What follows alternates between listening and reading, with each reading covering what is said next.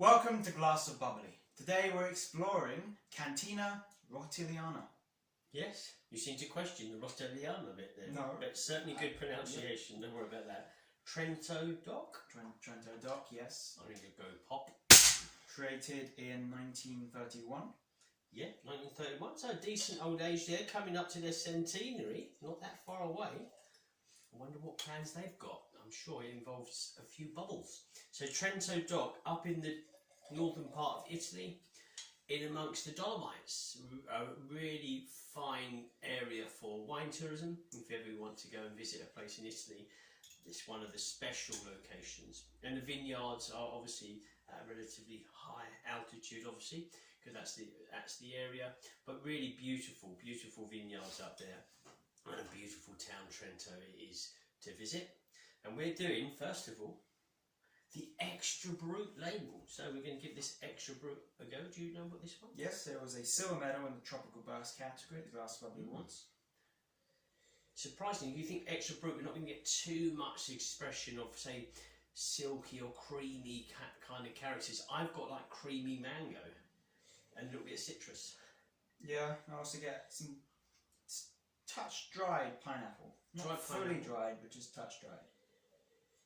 And apricots, so certainly an abundance of yellow fruits there, Yellowstone fruits, and some added sprinkling of, say, white, yellow rose petals.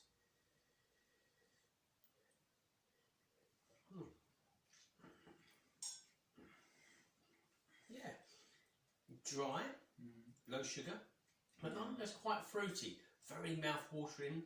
A little bit of saline in there, but again the persistence of yellow fruits and floral, more floral in the flavour is coming through. I got some very lovely prominent peach skin, very natural peach skin. But certainly a nice dryness to one. Feels like it should be paired with some decent foods, a good palate cleanser. Yeah, we need that. Well, we do have a sea bass for the end. Ah, I've just seen the sea bass. What one's that going to go with? Well, we can try and experiment. We can do. See which one pairs best. So, what else we've got here? This is the Trento, so it's 2021, and this is the Trento Dock, so the Rosé from Rotaliana. We're going to give this an open? Yes, give that one an open. I'm just going to do the Rosé first, and then we'll do the vintage.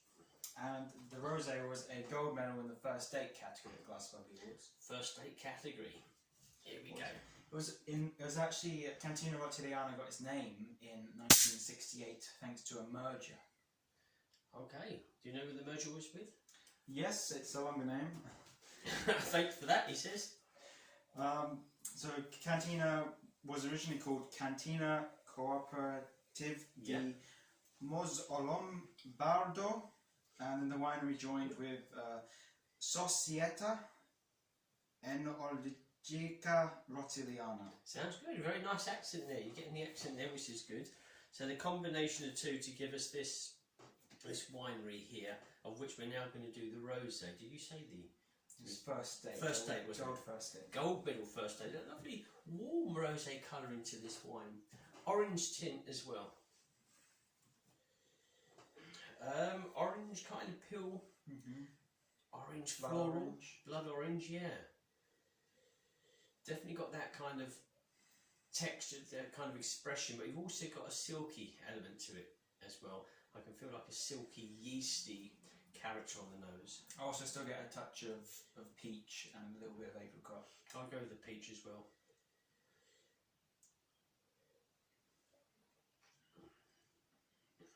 Yeah, fresh. A little bit more sugars than the first one. I can certainly feel that, but still relatively dry, so those sugars are not going to be that high. We're going still with this kind of orange fruit with a touch of red fruits in there, quite light expression of fruits. You can feel the terroir. I've got the limestone kind of chalky texture in the palate too. Yeah, what I'd add to that is orange blossom and sort of like a candied orange in there as well. Sounds good. There we go, that was the rosé. You're going to give this one a go? Yeah, for 2012. This is my favourite from these guys here. I do like the vintage. Really has some good ones going back a few years. I think it was a 2008 2010. Certainly, I think the memorable one for me is the 2008. This is tops. This is tops for me. Reserva Brut 2012. Reserva Brut 2012. Which won a gold medal in the meditation category. Gold medal meditation.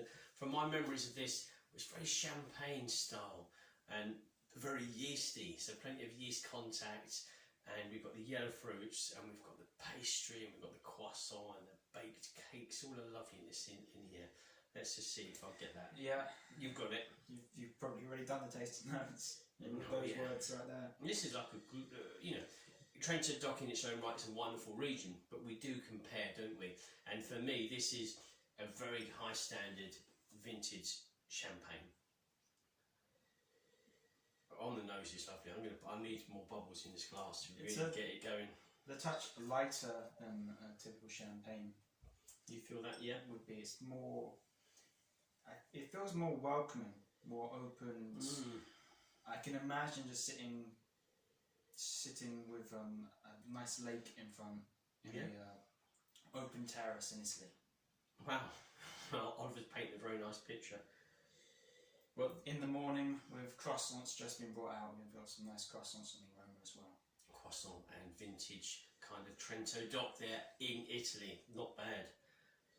But yeah, I know what you're saying. It's got there's a silkiness to it, which you may not always get with the champagne. So a silky, creamy, buttery style, but a little bit lighter. I know what you're trying to say. A little bit lighter. I don't have any acidity being expelled on the aroma side.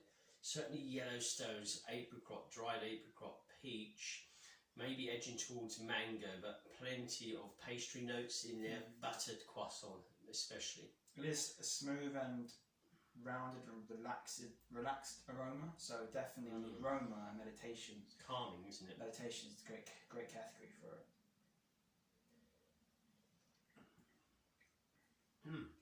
Flavours, nice.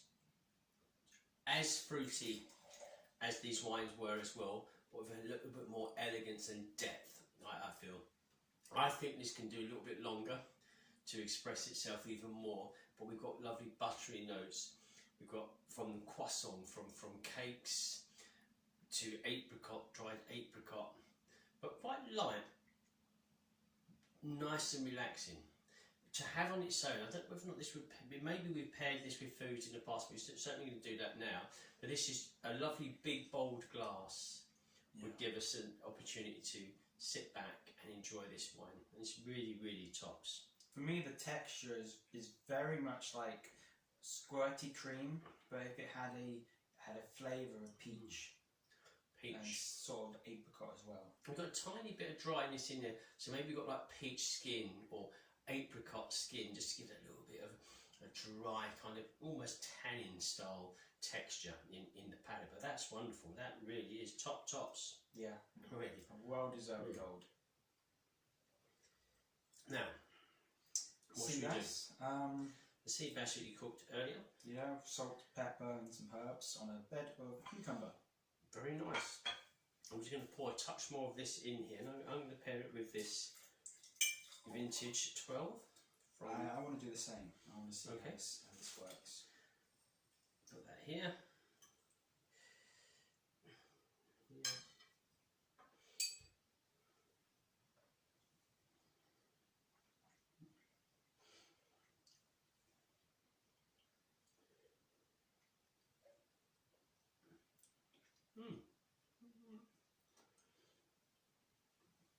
It's good. It's giving me a very citrus expression, citrus and savouriness from the fish. I'm losing quite a lot of the qualities of that wine though, I feel, by mixing the two. Just my opinion. Yeah, it's not perfect. It's interesting, to say the least. The fish sort of becomes much sweeter, and the sparkling wine does drop down a step with this pairing. You lose what makes this so good. I agree. I think that's an okay pairing. I wouldn't say no, but I think we might have better somewhere else. Let me just try it with the extra brut. And I'll go with the rosé. You go with the rosé. And then let's compare our notes here.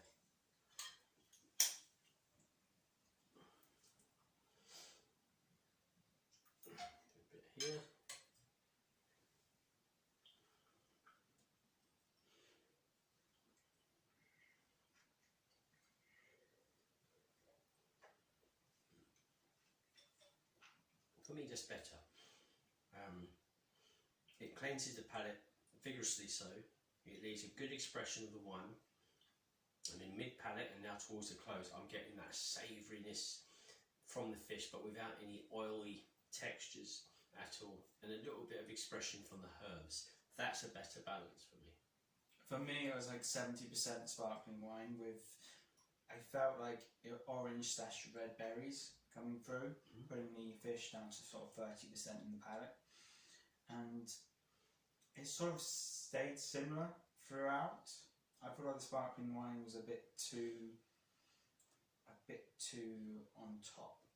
Okay. So really what we should be looking at here is when we've come to somebody's dinner party, we're going to start off with a glass of rosé as an aperitif. Yeah. We're going to have the meal all together and we're going to go with the extra brut. And then to the final part of the evening when you sat there all discussing, chatting, we're going to go for the vintage 2012. Is that good? That sounds good. Good. Well, there we go. So that's the Cantina Rotaliana, Trento DOC region with 3 very fine examples of sparkling wine. Thank you for watching. Until next time. Enjoy the fizz.